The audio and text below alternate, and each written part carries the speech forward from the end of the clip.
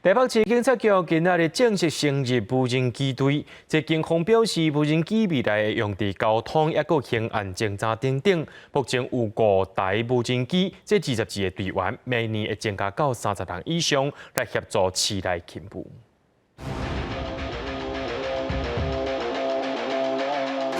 无人机飞伫天顶执行任务，这是台北市警察局正式成立的无人机队。未来会配合监视器等设备，掌握交通、人流，甚至是侦办刑案、山区的地形调查，嘛有帮助。不过，伫台北有真侪限制飞行的区域。那大部分都是在黄区以上，甚至是红区。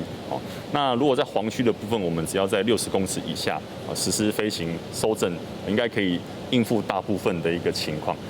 警方表示，台北敢若正大、北投、甲华中河边公园这个所在，通直接飞行；其他的所在，因拢会提前向相关单位来申请许可。目前无人机队有22个队员，希望明年通扩编到30人以上，嘛会增加2台红挂线甲日天相功能的机型。无人机这个东西对我们就是一般派出所的勤务就是比较不一样。那我们大家都是第一次做接触，可能一开始比较陌生，但是因为教官他都会一一的指导，所以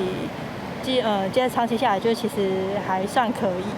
即摆队员内底敢若一个女性，伊表示起头训练较受困难，会晓操作了后，发现讲真侪所在通利用。另外，警方嘛有配置反制无人机不当使用的干扰设备，按算伫国庆会用干扰枪来维持现场，以防外来无人机的影响。记者电报李玉凯台北采访报道。